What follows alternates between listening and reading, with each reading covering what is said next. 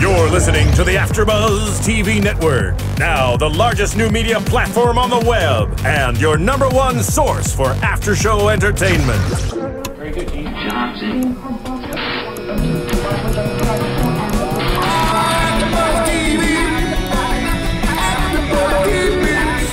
The AFTERBUZZ Studios in Los Angeles, California. Presented by Maria Menounos and streaming live thanks to Akamai Technologies. This is AFTERBUZZ TV's The Carrie Diaries After Show. We'll break down tonight's episode and get you all the latest news and gossip. And now, another post-game wrap-up show for your favorite TV show. It's AFTERBUZZ TV's The Carrie Diaries After Show. Be sick. No. Hi, welcome. I love this. The music intro, I wasn't waiting for that. That's cool. Welcome, everybody, to Carrie Diaries. This Time Around is the name of this episode. It was a fun one. It was good. I'm your host, Annika Michelle, and with me, of course, are... I'm Anik Dufour.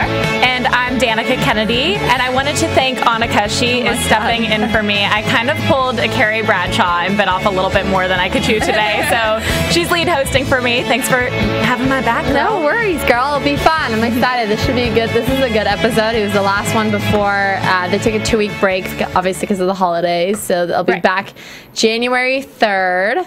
And that's when the fun begins, and we'll be back for that too. So I'm excited. This is I think this was a good episode to leave off for the year. I liked it. I really liked it. I think it's getting better. A lot happened in this episode, plot-wise. Yeah. So it was kind of like a big season finale, even though it's only a 2-week like a mid-season, yeah.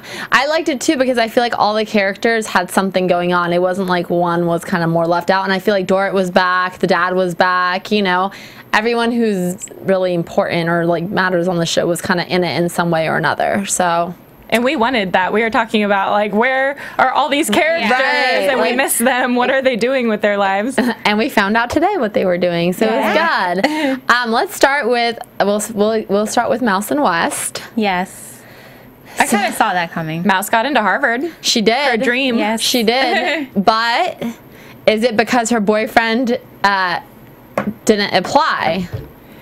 Okay, do you think that's true? Or No, do you think because she was on the phone at the end of the episode. She was on the phone with one of the deans or something. The biology department. Yeah, biology. and he's like, I gave you the recommendation, and then you got in because of me. So it just kind of like fell apart before that. Right. But do you think that if he had, like, I don't know, I thought that it was... I mean, she was kind of being mean to him. I mean, it was her dream, and like he didn't apply for a reason because he has a point. He is the minority, and he has like, I mean, it's really sad to say, but let's be honest, he would have gotten in over her for those exact reasons because he has a single mom. He's not white. He's not Asian, and he has a brother in a wheelchair. Done. He's in before her, and that's true. Unfortunately, she was so rude to him though because she would just come up to him and like guilt trip him almost to make him feel bad that he didn't get in. Like, why aren't you more sad about this? Yeah. Shouldn't you be upset since you didn't get in and I got in? Like, aren't you supposed to be more competitive with me? Right. And she was kind of like adding fuel to the fire. Like, she was making the fight happen. It's true. She was egging him on, and I feel like she wasn't being a supportive girlfriend because she should have just like, I'm so sorry, babe. Like, it's okay. There'll be other schools. Like, it's not a big deal. Who cares? I'm still proud of you. But it was, like, none of that. It was all like, well, I got in and da-da-da. And finally, I don't blame him. He just, like, straight up said it. He's like, look, you got in because I didn't apply because I knew this was your dream. And so it kind of showed his caring side and her not so caring side. But I mean, she's a kind of a nag anyway. So she's just like nagging and nagging and nagging at him. Like eventually that person that you nag on is going to end up exploding on you. She's one of those girlfriends too where she's like, come to my school where I'm gonna go and stay with me and be with me, and it's all about her. And he's such a popular social guy, and he has a lot going on for him. I think he needs to get out of that anyways. Yeah. I wouldn't want to date her. No, I wouldn't either. It's a very strong personality, and I feel like it was just about time that it wasn't going to go for much longer. And today was the end of Mouse and Walt. Mouse and West, not Walt. It's weird because I kind of felt like when he came, he's like, we kind of need to talk type thing. So I kind of felt like, ouch, this is going to hurt. Because whenever you hear we need to talk, that's never good. It means it's going to be a bad conversation. I think we've all heard that. We've all heard it. It's never been good. And it's like, it's never we need to talk. I love you. We need to talk. Things are going so great. It's like, we need to talk. This is over. I'm pregnant, or someone's dying, or I'm breaking up with you. Pretty much. Anything that comes after we need to talk is never good. I agree. Yeah. We need to change that. We need to just go up to people and say, we need to talk, and then be like, congratulations. You won the lottery. Like, seriously, it's like never, it doesn't have a good connotation with people. But yeah, I mean, I can't say I'm happy. I mean, I guess I'm happy that they broke up because I feel like West deserves a more, what's the word? Like, supportive girlfriend. Yeah. Not competitive. Yeah. I mean, competition is cool up for a certain extent, but like for everything in the relationship, I feel like that killed it. Mm-hmm. When I was their age, going from that transition from high school to college, everyone I knew, including myself, went through a breakup. Yeah. Because everyone starts going to different schools. You like branch out and pick your path in your life, and you're going to get separated somehow. It's true. There's a few that hold on, but pretty rare. Yeah. Not many. I mean, Not very many. Yeah, not many end up with their high school sweetheart. Usually the ones that stick close to home do. It's true, because they don't really branch out, but even so, I mean, I think it was coming anyway because she's just nagging, and it's like enough. And he even said the same thing. He's like, I can't take it anymore. Yeah. Which I wouldn't be able to take, so good for him that he lasted this long. Thank you, West, for lasting this long and giving this love a try. I like him, though. I hope we see more of him. I don't think he's going to be off as the character. I think he's just not going to be with Mouse. Yeah. So many get the names mixed up on the show. Letters in the show. It's too much. Maggie, Mouse, Walt, West. I know. It's a lot. It is a lot. Speaking of Maggie, well, before we get into that, I guess we'll jump into Tom and Walt. Yeah, I kind of liked the whole, like, bonding moment that they had. I thought it was cool how they made him a little bit homophobic. Like, at first he was pretty homophobic, and he grows into it because back in the 80s, it wasn't as socially acceptable to be gay. Like, I feel like it's almost cool to be gay now. It's like really trendy, especially where I live in West Hollywood right now. Like, everyone is like flaming and loving it, and it's like gay power, awesomeness. But it wasn't like that back then. So it's, people were afraid, you know, they didn't understand how to relate to people that were gay. And I think they did a good job at showing that on the show. I did too. And it's funny because Carrie even tells her dad, she was like, oh, like, you know, he's not into me or something like that. Like, he shouldn't straight out say he's gay, but she's like, he's not into me. But then, like, the dad's like, well, I knew that. That's why I let you live with him. Because if I thought he'd be into you, I wouldn't have let you live with him. But it's like, he knew already, so it's not like a shocker, but like he accepted it then when she lived with him, but maybe because it's in his own house, he was like, no at first, you know? And he didn't want to take on another family's drama. That's true. I think. Well, because he came to live, like, for the viewers that are kind of like back an episode or two, he came to live, he asked Carrie if he could stay with her. Or I thought it was Carrie that asked if he wanted to stay. Yeah, because his parents kicked him out. Right, because he got kicked out at the beginning of the episode. Which is horrible. They just packed up his bags and made him leave. That is sad. Well, because last episode, the one before this, it ended, well, it was like the ending scene. The mom has the newspaper and it shows Walt and Bennett, like, front page, like, picture, you know, of them together. And it's like, well, the mom just found out and it's going down. Told the dad. Dad didn't even want to see him. No. It's so sad. Yeah. Because I have a lot of, like, gay boys in my life, and it's just like, what difference does it make? I don't know. Anyways. I like how he commented on how Dorrit was acting, though, because Dorrit was still being her bitchy self and really rude to him and just being upfront. And he said that she was the only person that was acting normal and still being themselves instead of acting weird around him.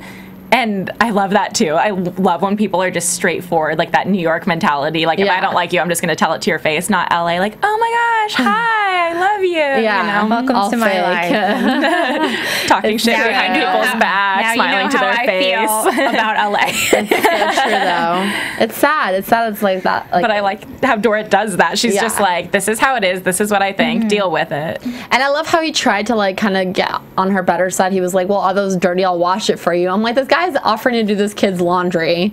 Like, yeah, right. I would say yes to anyone that offered that to me. Yeah, I was surprised she didn't say yes. But what I want to know is, like, why isn't she staying in her room? Why can't he be going? Like, where was she going? The she was den. Going the den. Why can't he just go in the den instead? You know what I'm saying? I don't know. Like, why can't she stay in her room? I thought like maybe Carrie would. I thought honestly like Carrie would give up her room and like move in with Dora or go to the den or go on the couch. But I don't know why Dora is the one who has to give it up. It's not even her friend, really. You know. Yeah. So I don't know, but that was just a little odd to me. I thought so too. I was like, that doesn't make sense for most people. No, but as you said, later on that night, Tom and Walt, they end up bonding on the couch together. They were watching the some Golden series. Girls. Yeah, Golden Girls. I was like, what And then Tom's like, it's not gonna last. Yeah, and he's like, he didn't want to watch it because it's like women eating cheesecake and talking together, and that's such a chick flicky type of show too. So that's why he would like it. Yeah, I love it. I love that they were watching Golden Girls on a Friday night instead of like him going out and I don't know, Tom having a date, you know. And because Tom did ask him, like, why aren't you, like, going out? And then he's like, well, I'm kind of scared to, like, go out. Right. To, like, go, you know, like, step outside type of thing in case he gets, like, you know, beat up or something. Yeah. So sad. Good thing times have changed. I know. I know. It's crazy. Well, that was Tom and Walt, and I'm happy that he's staying at Carrie's. I feel like that'll add to this fun. They did give him a Christmas stocking at the end, which was very cute. And I love how Tom is like, go get us some cheesecake and go see your boyfriend. I know. That was like cute. a subtle way, instead of just saying like, why don't you go visit Bennett? He's like, no, I want this cheesecake from this pastry shop that's only in New York, and I think you should be the one to go get it. Yeah. Yeah. Bennett offered for him to live with him, and he turned it down. And I feel like I would rather live in New York and be out and live that life. But also Bennett lives in a sketchy area, and he's been going through all that. So do you think that's why he chose to stay in Castleberry? Or just to finish up school? Bennett said it's because he wanted to finish up school. Yeah. I would think, I mean, he's been in high school with these kids for however many years, you know, and it's like... Almost done. Yeah, almost done. No point of going to start a new school, new circle. Might as well just finish it, get it done with, and then move to the city. That's what I would do, at least. Mm-hmm. Hopefully he does right after he graduates. I know. Yeah. That would be fun. Him and Carrie in the city again. Love that. Season 3, people, producers, if you're listening. I know, I want them back in the city more. Those episodes are always more fun because they're in glittery outfits and partying. I love it. Having a blast. City that never sleeps. I want to go so bad. I love New York. Been to New York? I have been, but I want to go back again. I was just there and I want to go back. I'm so jealous. And you're from there, so I want to move back. Yeah. Oh, New York. It's a great city. I know. It's magical, and I feel like it comes through sometimes on these episodes when they go out or stuff like in New York. I'm like, I want to go. That's one of the reasons I love this show. It's like a little piece of New York for me. Same with Sex and the City. Right. I love it. It's legit shot in New York. It's not in LA with the, you know, fake sets here in Warner Brothers or something. Yeah. The back lot. So it's like legit in New York, and you feel the difference, let me tell you. I like it. Well, jumping on to more drama. Yes. There is, of course, Maggie and Simon. I'm so happy. I love that they worked that out. Yeah. Maggie told her dad. Carrie made Maggie tell her dad, which was the right thing to do. Which, by the way, am I the only one who didn't know Maggie's dad is a cop? Yes. You guys knew that? I knew that, I swear I had no idea. I was like... That's why he's so scary. Well, yeah, but I don't know. I just thought he was scary because he was like a drunk. But I didn't like think he was a cop. Yeah, he's the sheriff, right? He's the sheriff. So he's Simon's boss, which makes it even way more crazier. scandalous. And I think that's why she didn't want to tell him, because she was thinking, I don't want to ruin his life and his job. But look at what he did to her. He deserves it. He does. He had it coming. What goes around comes around. So I don't feel sorry for him at all. No. But he tells, of course he gets fired, Simon, because the dad's like beyond pissed off. Well, I actually thought that the father was going to snap on Maggie. I didn't see that going the way that it did. Yeah. But good thing it did. He's a supportive father in the end. Yeah. Was there for her. Like, you're my little girl and I should have been there for you. And I can't believe he did that to you. Yeah. And I like it because we already know that they don't have a close relationship, and she doesn't have a close relationship with her family. And I feel like this brought them closer instead of further apart. Yeah. So one good came out of it. So it's always good to be honest. Moral of the story. It's true. Yeah. Tell your parents if you're pregnant. And some douche made you pregnant, who happens to be your dad. Don't lie about who the baby daddy is. Right. So they're going to find, it's eventually going to come out. Like, you really can't lie about it that much longer, you know? Just be honest and upfront. So I liked when Simon come into like the school and he's like, "You bitch." I know. To like Maggie, and then like Maggie's like, "Oh my gosh." He comes storming in and he's like, "There you are, you ruined my life. My fiance broke up with me and I've lost my job." And then like, of course, Carrie and Sebastian are like right there with her, you know? So Carrie like stands up for her.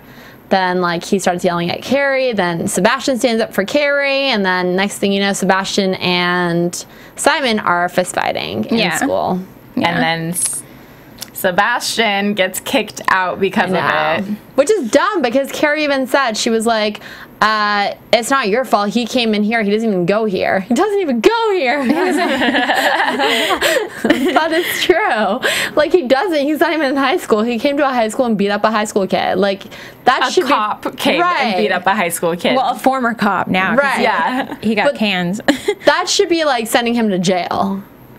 It's not right. It's so stupid. Yeah. Well, but I mean, at the same time, he did fight him, so I guess that's how they see it, type of thing. And it's not the first offense that Sebastian's had, like in the school. So I guess they just decided enough and they kicked him out. And I have to say, we all saw what Sebastian looked like at the end, and we all saw what Simon looked like. Sebastian looked like he wasn't even fighting, no marks on his face. So, Simon, on the other hand, has a bloody nose, a bloody lip, his hair all out of shape.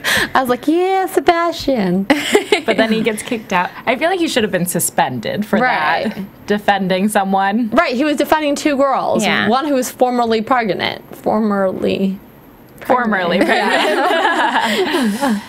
But yeah, I don't know. I didn't think that he should get kicked out for that at all. I don't think so either. But now he's going out to California, right? He's going out with his dad to Laguna. Well, him and his dad bonded over Carrie, actually. They did. Which was kind of cool. At least he gets to go to Laguna. I know. Yeah. It's a nice beach. It is nice from the OC. Our hometown. But yeah, it's a nice beach, nice houses. But they did. You're right. They did bond because it was her first time meeting her dad. Mm-hmm. Go ahead. Oh. I thought you were leading into the... no. I was like, waiting for you. I was like, go ahead. They met at, he took Carrie to the party because, what was the name of the CEO of Bongo? Chris. I forget his name. It was either Chad or Chris. Something I think with it's CH. Chris. I'm pretty sure. Yeah, it was Chris. And he took Carrie. He's like, yeah, well, my father knows him and stuff, so we always go to these parties and things like that. My father's most likely not going to be there. And then he went and asked Carrie if she wanted to come to get an interview because Larissa is like, oh, you know, Bongo jeans and stuff. That's a new, like... don't even get me started on the product placement in this episode. Denim. It drove me she didn't even crazy. say Bongo. Larissa's like, denim is the new, you know, the new Wild thing. West from Aspen. Yeah. I know. I was like, what are you wearing, girl? So they go to the party Carrie wanting to talk to this Chris guy who's the CEO, the founder of Bongo Jeans. Yes. Because she wanted an interview. She's tired of being Larissa's coffee person. Right. And she's like, I know if I can get an interview with this Chris guy, then I for sure will have my article published in Interview Magazine, and she would look at me as a writer now. Right. But she warned her. Larissa said, if you do the same thing you did with Weaver and you cut the story and you go after a relationship or screw it up one more time, you're done at interview. Like, you can't come back. So this is your last article. And she says she basically has the interview when she doesn't have it set up, which is a problem too. And then he won't do the interview with her because she's this high school kid that shows up with her boyfriend, and she knows Samantha who just banged him in Bongo. Right. God. I know you wanted to say something other product placement. I'm going to let you say it, and then I'm going to comment on it. Oh, the product placement in this episode was absolutely ridiculous. In your face, flashing the entire time. They kept name dropping Bongo Jeans. The party was brought to you by Bongo. And I know that it's because, doesn't Anna Sophia have a line with Bongo? With Kmart and Bongo. Which is great, and they've been live tweeting, and that's great, but I think it was just way too upfront in your face the whole time, overkill. Yeah. And it's not very 80s-ish, Once again, the clothes were bothering me because they all looked like they were from Kmart. Right. Because they were, probably. It wasn't even like subtle, like you said. It was just like there's Bongo Jeans wallpaper in the back of the party. Then like, what's her face? Samantha's like, oh yeah, I'm a sexy elf in a Bongo Jeans party. Da da da. You know, Banging it's like bongo. Yeah, I'm like, we get it. We understand. Look so good in denim. But like, I would have loved to see them in actual Bongo jeans. I guarantee you the jeans they were wearing was like some designer, and it wasn't Bongo. Maybe I'm wrong. Were if they it was even Bongo, wearing jeans? I think Sebastian was. But, like, I don't know if her line has men's jeans, so maybe that's why. But she wasn't wearing jeans. But Bongo has, you know what I'm saying? Men's Bongo jeans. Yeah. The thing with that is, like not just denim, right? They have all different styles. Yeah, they have different. I think so, yeah. Like dresses and shirts. Maybe they were, I'm not sure. But the thing is that with the whole, like, Bongo thing, I know that, like, they're... You know, of course, she's got the line and stuff like that. And what they could have done is they could have brought back... Because, like, growing up in the 80s... I'll just age myself. We had colored jeans, you know, pastel pinks and like turquoise and like light baby yellow and stuff like that. They still make those today. They do. They came back, so they could have, you know, put them in like cute like colored jeans with like little heels and stuff like that, and like an 80s top. But I don't know. It's driving me crazy. This whole like. Or like I understand that they're like was sponsored by them because, you know, obviously like Anna has the line, but like maybe don't do it all in one episode. Like, did you just pay for one episode placement? Like, why can't this just be subtle hints all throughout the season? Like, oh hey, I love your jeans, thanks, it's Bongo, done. Like, it's a business. They need product placement to help the show run. Of course they need the money, but it was just so much upfront in the face. Like, it's Christmas time, buy Bongo for all your gifts. Oh, we're going to a holiday party. Oh, check out these Bongo jeans. I know. I would have loved it if they were actually like wearing like, oh my gosh, I love your dress. Oh, thanks, I got it from Bongo. Like, just like more like kind of, not like wallpapers of Bongo jeans in the background and like, oh, I'm sexy elf, and like, you know, it's like, we get it. She has a line. We'll all check it out. But well, you were saying about those pastel jeans. The thing that also bugs me about them not wearing 80s clothes is that 80s clothes are in right now. It's true. Like, if you go on Melrose and walk around, everyone looks like they're from the 80s / hipster homeless. And so they could have just like pulled some of that. No. But even in like vintage shops, you know, it's like you can find stuff. It just drives me insane. I can't deal with the wardrobe this season. It's I mean, they definitely wear cute stuff. That's not the point we're trying to say. We're just saying it's not very 80s-ish. 80s, considering it's supposed to be like in the middle of the 80s. Yeah. I mean, okay, wait a second. One more thing before we go. I watched The Goldbergs, which is a hilarious show. I'm going to totally like plug it right now. They do a good job. It takes place in the 80s. Right. And they've got the hair, they've got the clothes, they've got, you know, of course it's not supposed to be as stylish as like Sex and the City, but it's like midtown USA type of thing. But you still see the 80s there, as opposed to here with the first season you did, now not so much. It's just not... It's not continuity. They just switched it up on us, and that's obnoxious too. But the funny thing is, I think I've said this before, it's the same costume designer, Eric Damon, who has won many awards. He did Gossip Girl, which was also set in New York City, but that's great, not... but Gossip Girl wasn't 1986. No, it's not. It was 2002, 4, whatever it was. Yeah. But it's not a period piece. Yeah, but I'm saying, like, you would think someone who could do all that and, like, has won awards can kind of take that creativity and, like, put it... I mean, we're all saying it's very stylish. We're just saying it's not 80s. So. Yeah. It's what we would wear now. Yeah. At Forever 21 and H&M and Bongo jeans. Oh my gosh. Hashtag Bongo. Right. All this episode was too much. Anyways, you wanted to, going back to the party. Yes. So she gets the interview finally, and she's obviously excited because Larissa's like excited. And I, like you said, Danica, like, she's not gonna mess this one up only because she wants to be a writer, and two, this guy is way older and not cute, so I don't think she has any desire to sleep with him. Yeah. So kind of was easier. It would have been more fun, I think, if it was like a really hot young guy who she had to interview, and she's like, oh god, like, I can't sleep with him, I can't like cross the line. But no, they kind of made it easy. It was an old man and whatever.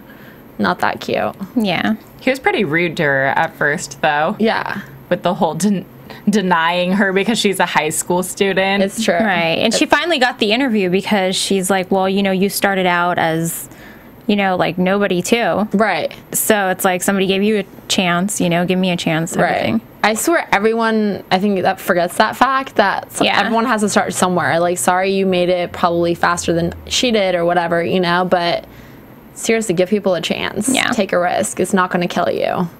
It probably just looked bad because she was with her boyfriend and Samantha, though. Yeah. But he has good relations with his family. Like, they play golf with Sebastian, and Sebastian's dad knew him, so I don't know. I just thought he would be a little nicer considering who she's with, because he knows them. Too bad. I know, right? But it ends with Sebastian and Carrie in bed. Yes. Ow, ow. Mm-hmm. Ow, ow. Last little action, I guess, going on before Sebastian has to catch his flight to LA. Goodbye, sex. I know, pretty much. But I thought it was cute because they're laying there in bed and he's shirtless and she has clothes on. But anyways. Long distance relationship, though. Yeah. How's that going to work? See, it's funny because Carrie was saying, like, we'll make it work. There's phones. And I'm like, y'all can't text message, like, naked pictures to each other. There's house phones and pay phones. No Snapchat, no Skype. You can't have Skype sex. You can't do anything. There's no Instagram Direct. There's none of this stuff. So what are you going to do, like, on the payphone? Like, hey, baby. Like, what are you... I'm going to page you later. I'm going to page you later. Well, you know, with like, the codes. I know, 143. Which is I love you for those people that are not pager friendly. 143. Oh my gosh, but it's so true because she was like, we have phones now, and I'm like, right, it's like the Zach Morris ginormous like things. It's not anything like today where you guys can actually have fun with the phone. Yeah. But it was cute. She still tried. And he was happy, and he was like, yeah, we can make this work, blah blah, and they gave each other a kiss and last sex goodbye, and said goodbye, Kid Shaw, and goodbye Kid and goodbye. Shaw. Well, yeah, that's what they are. Goodbye, Kid, and goodbye, Bradshaw. And I think Sebastian's the Mr. Big of her youth. She's like the guy that she's going to keep going back to, and then distance will bring them apart, or something will go wrong, you know, family-wise, or another girl, you know. Yeah. And they keep, like, coming back because they have this insane chemistry that, like, won't keep them apart, but they'll, like, dabble with other people. For sure. I think they'll still, I mean, like you said, I guess we can go on to predictions and say all that. That's true. I'm leaping in. And now, your AfterBuzz TV predictions. Okay, you want to continue? Yes. Well, I just think that Carrie's going to have, like, all these relationships throughout her life. I mean, we know she's going to become a sex columnist, and she's going to talk about relationships the rest of her life. And her and Sebastian just have that strong chemistry, just like how she has with Mr. Big in Sex and the City. Yeah. And he always, like, reoccurs over and over again, even though she has other relationships. She's always still talking to him and stuff. And I think that Sebastian is the Mr. Big of the Carrie Diaries. I agree. I think that we're going to see Sebastian is going to be back a lot more often than possibly we think he's going to be. Yeah. I think we're going to see him at least every episode. I want to see West more. I know. Like, I want to see him with, like... Another girl. And then, like, Mouse kind of, like, get jealous and be like, yeah, I really screwed this up. I can see that. Type of thing. Well, I sort of cheated, and I looked at IMDb, and Sebastian is in every episode, so even though he's in LA with his dad, it's not the end of him. It's not like he's not going to be in every episode. He's there with us, with Carrie, so whether it's, like, via, I don't know what, how they're talking to each other, maybe over the phone, but the cameras still follow him, whatever it is, they're still making it work.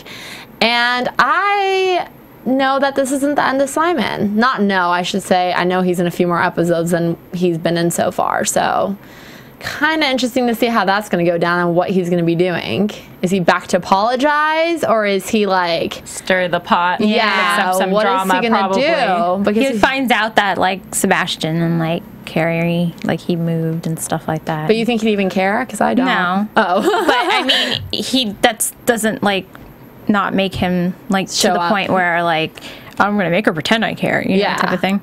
He seems like a weasel type of Well, I think he's going to maybe try to, like, get with Maggie or something because now he lost his fiance, and he's like, well, who am I going to sleep with now? I don't have my fiance or this girl I was hooking up with, so it's a bit easier to salvage the friends with benefits than it is the broken relationship, I think. Yeah. I kind of hope that they're going to take Carrie and Sebastian and Walt and, you know, have them graduate and move to the city and start this kind of like artist life that's really fun in their early 20s, and then have the other characters kind of keep in touch with them, but then like die out on that and then introduce like Charlotte and the other characters. But that would be I guess that's kind of a prediction. It's more of a hope than a prediction. It's a good hope / prediction. If there's a season 3, hopefully we'll that'll hope the happen. CW picks it up. It's been having really not so great ratings, so it's kind of like on the verge. I just think it's because of the time slot. They put it at 8 o'clock on a Friday night. Everyone who wants to watch the show's out or getting ready to go out. Yeah.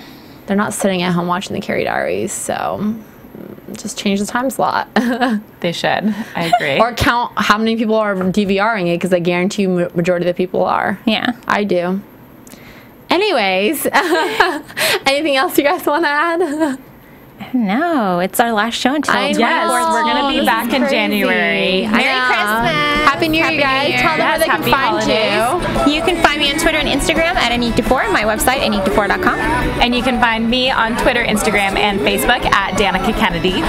You can find me on all those at Annika_Michelle for Twitter, and then AnikaMichelle.com. Thanks, guys. Have a good holiday season. Don't drink and drive. Merry Christmas. Happy New Year. Yay. See you guys next year. From executive producers Maria Menounos, Kevin Undergaro, Phil Svitek, and the entire AfterBuzz TV staff, we would like to thank you for listening to the AfterBuzz TV network. To watch or listen to other after shows and post comments or questions, be sure to visit AfterBuzzTV.com. I'm Sir Richard Wentworth, and this has been a presentation of AfterBuzz TV. Buzz you later. The views expressed herein are those of the hosts only and do not necessarily reflect the views of AfterBuzz TV or its owners or principals.